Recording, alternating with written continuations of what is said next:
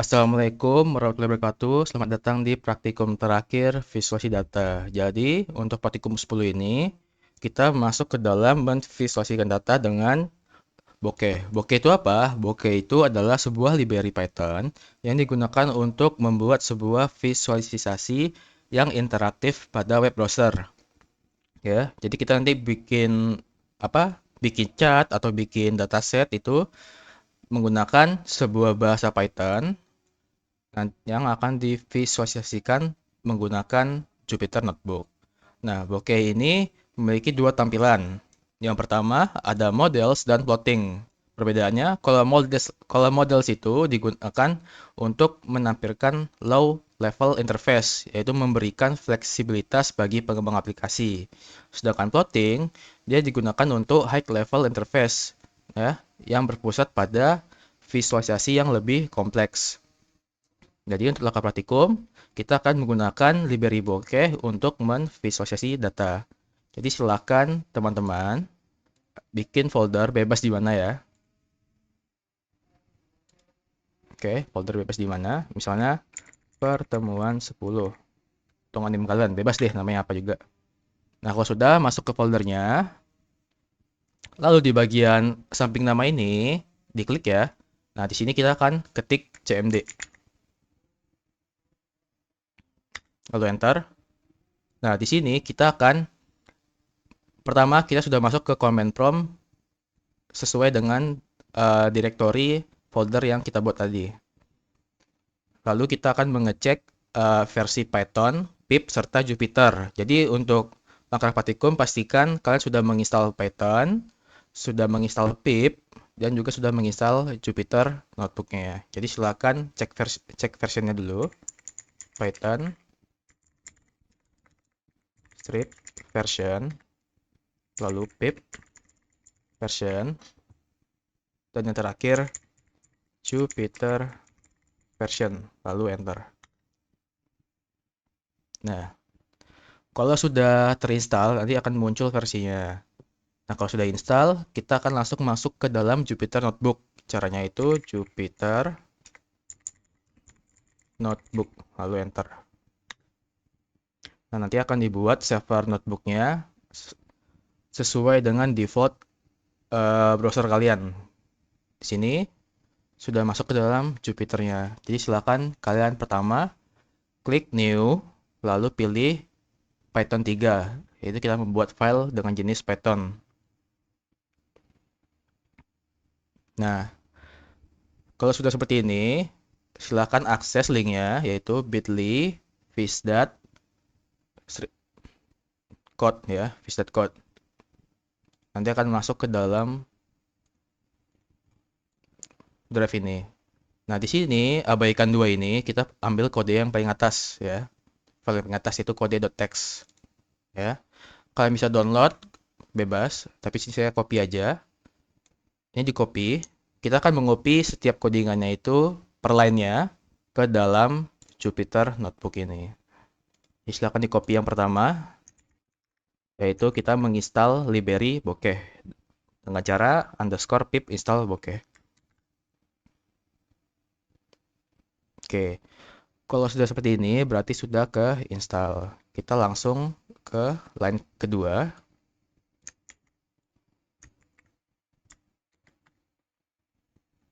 Nah, di line kedua ini ya, kita mengimport sebuah function dari library bokeh.io ya.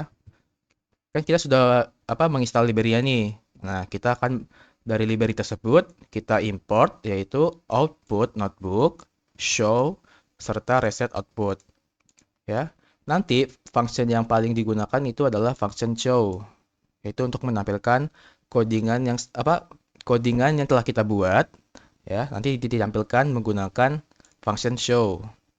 Lalu di sini ada output notebook artinya output visualisasi datanya itu ditampilkan menggunakan Jupyter Notebook.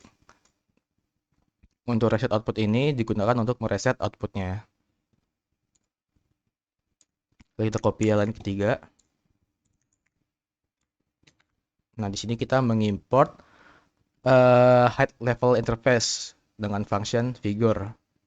Nah, function figure ini didapatkan dari modul bokeh dan submodulnya itu floating, ya.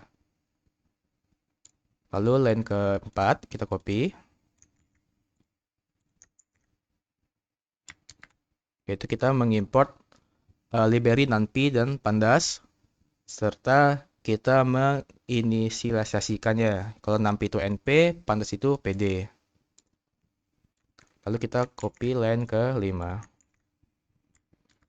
Nah, line kelima ini yaitu kita mengimport function iris, ya.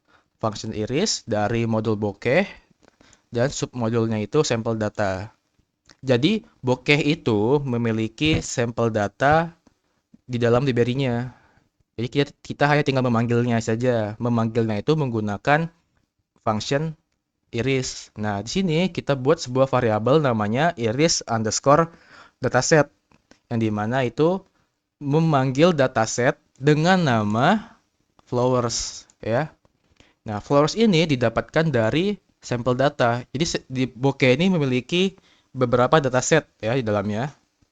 Nah, kita bisa memanggilnya dengan cara function iris serta nama datasetnya.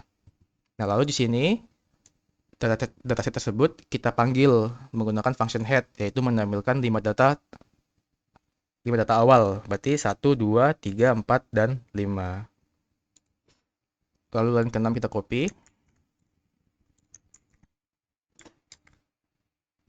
Oke, sudah muncul ya visualisasinya. Lalu kita kembali ke codingannya. Nah, di sini saya akan bahas codingannya. Kita pertama itu di sini kita membuat sebuah bar chart, ya. Ini bar chart ya. Bar chart ya. Untuk datanya yaitu pasti ada X dan Y. Nah, X-nya itu merupakan kategori. Kategori itu ada 1, 2, 3, 4, dan 5. Nah, untuk nilai setiap kategorinya, kita menggunakan sebuah function random generator, yaitu membuat 5 nilai acak, membuat 5 nilai dengan rentang nilainya itu 0 sampai 10. Ya, 0 sampai 10. Berarti nanti nilai kategori 1 itu antara 0 sampai 0 sampai 10, kategori 2 0 sampai 10 juga, kategori 3 juga 0 sampai 10 juga, begitu juga seterusnya, ya. Jadi nanti nilai kategori ini setiap kali kita running selalu random. Contoh kita run lagi ya. Nah, beda ya, nggak sama. Nah, lalu setelah kita mendapat nilai setiap kategorinya, nah kita akan membuat sebuah sorted kategori library variable ya dengan function sorted.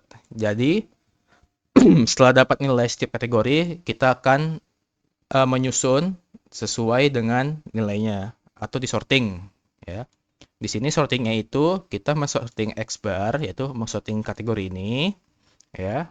Dengan key-nya itu merupakan nilai dari Y. Ya, nilai Y. Dan reverse true berarti dia menurun, bukan menaik sortingnya.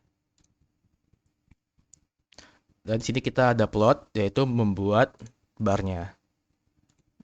Pertama, ya, ada bar underscore chart, yaitu menggunakan function figure. Nah, function figure ini untuk membuat kanvasnya keseluruhan. Yang pertama, untuk nilai X itu sama dengan nilai X yang sudah disorting. Sorting ya.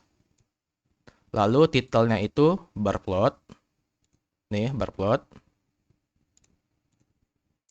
Lalu untuk X-nya itu X, Y-nya itu Y.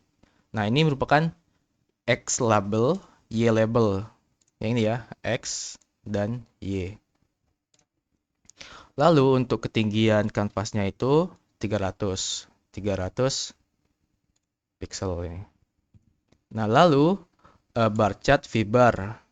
Berarti kita membuat bar chart itu secara vertikal karena ini vbar. Yang dimana menggunakan X bar ya, kategori 1 2 3 4 5, 1 2 3 4 5.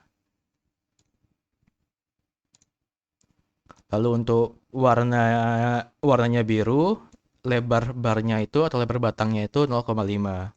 Nah, top ini sama dengan nilai barnya, ketinggian barnya. Ketinggian barnya di sini kategori 3 itu sama dengan 9. Atau 10 nih, nggak tahu nih berapa. Nah, nah lanjut. Di sini kita buat menggunakan function y range start. Berarti nilai y itu dimulai dari mana? Berarti dimulai dari 0. Ya, ini 0. Bisa kita ubah 5, lalu kita run. Akan mulai dari 5.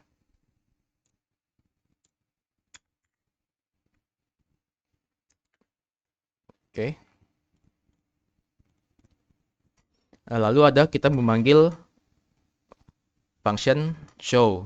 Ini ya, function show untuk menampilkan bar chartnya.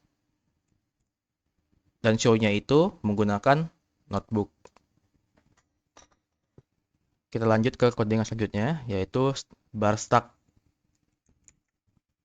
Bar yang bertumpuk. Nah ini ya, bertumpuk ya, tapi secara vertikal.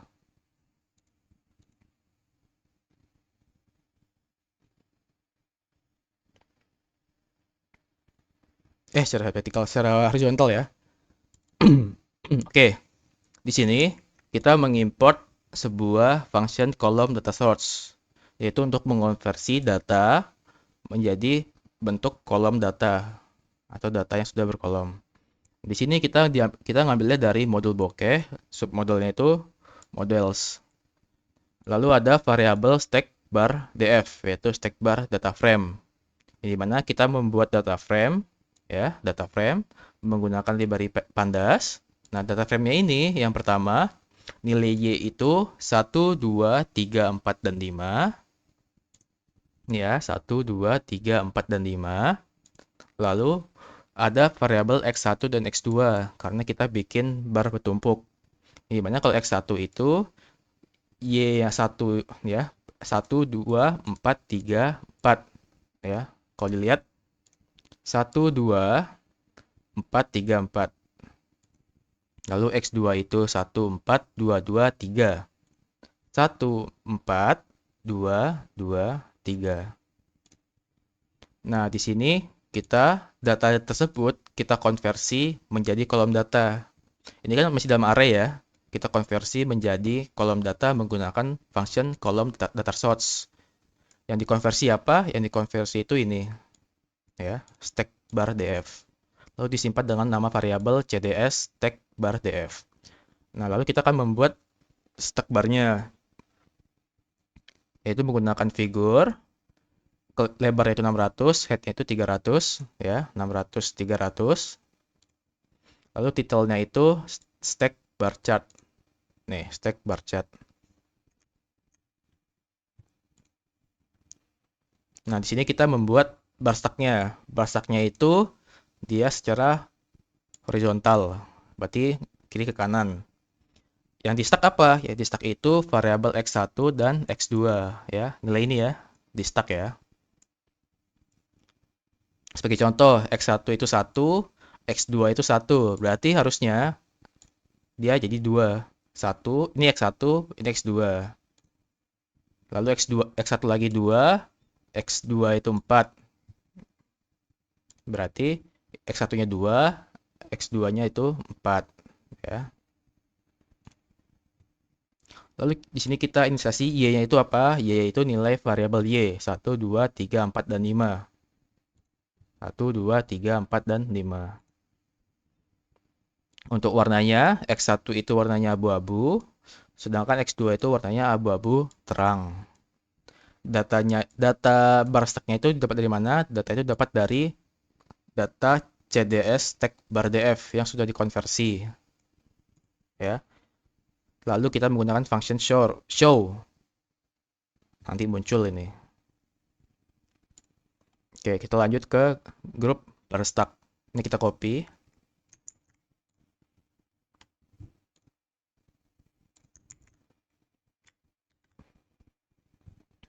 Ya, kita buat sebuah tampilan visualisasi bar group. Oke, kita bahas codingannya. Pertama, kita mengimport function value dan dodge. Ya, di sini ada data. Pertama kita bikin data dulu. Untuk kategori, kita bikin ada 3, yaitu kategori 1, 2, dan 3. Ini ya 1, 2, dan 3. Lalu kita bikin untuk barnya itu ada berapa, ya. Setiap kategori itu ada berapa bar? Ada 3. Nah, yaitu apa aja?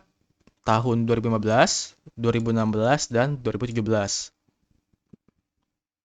Ya, setiap kategori memiliki 3 bar, yaitu 2015, 2016, dan 2017. Nah, untuk datanya itu tiap tahunnya, karena ada 3 kategori, maka ada 3 nilai tiap barnya. Di sini 2015, bar pertama itu nilainya 2, untuk kategori 1 nilainya 2, kategori 2 nilainya 1, kategori 3 nilainya 4. Ya, nih, 2015, kategori 1 nilainya 2, kategori 2 nilainya 1, kategori 3 nilainya 4. Sama ya. Begitu juga dengan seterusnya. Lalu kita akan membuat sebuah plot atau kanvasnya menggunakan function figure. Yang dimana X-nya itu sama dengan kategori, ya, berarti nanti X-nya itu kategori 1, 2, dan 3. Lalu untuk Y-rank-nya itu dari 0 sampai 10. Ini ya, 0 sampai 10. Lalu height-nya itu 250. Ya, tingginya. Nah, di sini ada offset bar menggunakan function dodge. Function dodge itu apa? Function dodge itu digunakan untuk memberikan jarak antar barnya, ya, seperti ini ya, atau memposisikan setiap barnya. Nah, di sini dot 1 itu sama dengan kategori 1, ya, kategori 1, yang dimana barnya itu diletakkan minus 0,25. Berarti agak ke kiri dari yang harusnya kan ini 0 nih. Karena terus 2 tuh 0. Contoh misalnya ini kita ubah 50, ya. Nanti bar yang pertama akan geser lebih jauh. Semua barnya ya. Nggak cuma nggak cuma yang kategori 1 tapi kategori 1, 2, dan 3 juga. Nih, kita coba ya. Semua bar pertama akan bergeser sejauh minus 0,50 jaraknya, jauh gitu.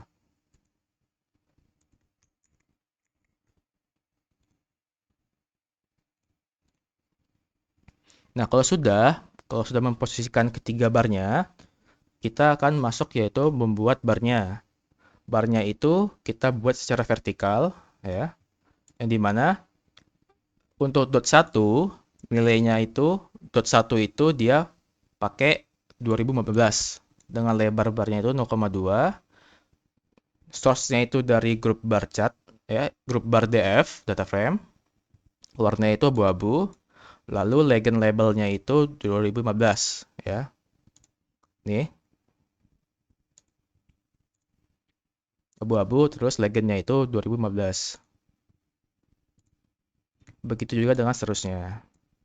Nah, lalu kita ada format legend, yaitu membuat sebuah legend. Kan kita telah membuat legend label nih, ya. Legend itu yang ini nih, ya, yang atas ini. Setelah kita buat legend, kita posisikan, yaitu posisinya itu atas atas kiri secara horizontal. Lalu kita outputkan dan hasilnya seperti ini. Kita lanjut ke codingan terakhir.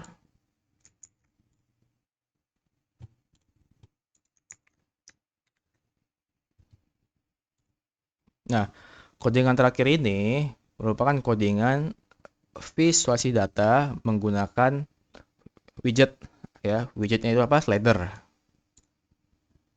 Yang ini nih. Nah, ini, ya. Dia bisa interaktif ya. Kita bahas codingannya. Pertama, kita import function column dan slider. Lalu kita bikin plotnya, yaitu kanvasnya itu lebarnya 600, tinggi 300.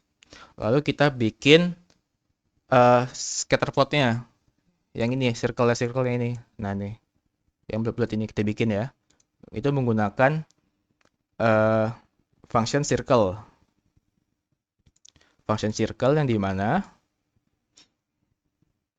kalau 1 itu 3, ya, ini ya. Kalau X1 itu nilai Y, X, ini X, yang ini Y ya. Berarti ini X-nya itu 1, Y-nya 3. Nih, X-nya 1, Y-nya 3. X-nya 2, Y-nya 2.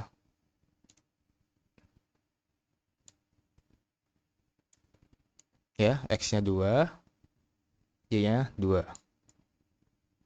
Begitu juga dengan seterusnya.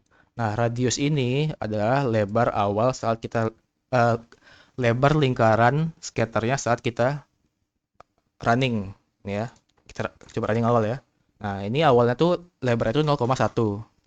Lalu untuk alfanya, lalu untuk alfa ini merupakan transparan dari lingkaran yang kita bikin. Di sini transparannya itu 0,5.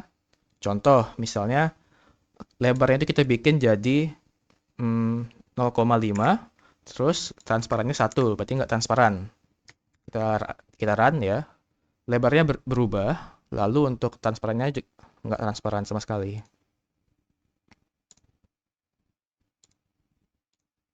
Nah, lalu setelah kita membuat scatter plotnya, lingkarannya, kita membuat slidernya yang bawah. Itu menggunakan codingan yang bawah ini. Yaitu di mana kita menggunakan function slider. Nah, slide-nya itu dimulai dari 0,1 sampai 1. Berarti value slidernya itu dari 0,1 paling rendah sampai tingginya itu 1. Nah, untuk stepnya itu 0,01. Berarti setiap kita geser slidernya berubah 0,01. Dan value-nya itu 0,2. Berarti saat kita running, slidernya itu langsung dinilai 0,2. Oke, sebagai contoh, kita run lagi. Ini ya, mulai dari 0,2.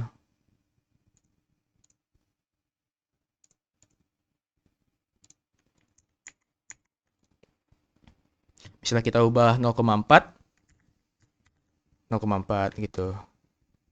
Nah, lalu kita membuat sebuah link yang dimana uh, value dari slider yang kita bikin tadi, ketika kita menggesernya, akan merubah radius atau lebar dari circle yang kita bikin scatter plotnya, ya. Kan awalnya kan ini 0,1 ya lingkarannya ya. Nih, 0,1 ya lingkarannya, lebarnya. Nah, tapi ketika kita menggeser slidernya, ya, menggeser slidernya, nanti lingkarannya itu akan sesuai dengan nilai value dari slider yang kita bikin, ya. Misalnya slidernya itu 0,1, berarti lebarnya 0,1. Misalnya kita geser lagi 0,56, berarti lebarnya itu 0,56, ya. Berarti kita untuk nilai value dari slider itu mengubah nilai dari radius ini, ya. Lalu kita show, kita tampilin, akan muncul seperti ini. Ya, mungkin itu saja untuk langkah praktikum pertemuan 10. Apabila ada kesalahan kata, mohon dimaafkan. Wabillahi taufiq wal hidayah. Wassalamualaikum warahmatullahi wabarakatuh.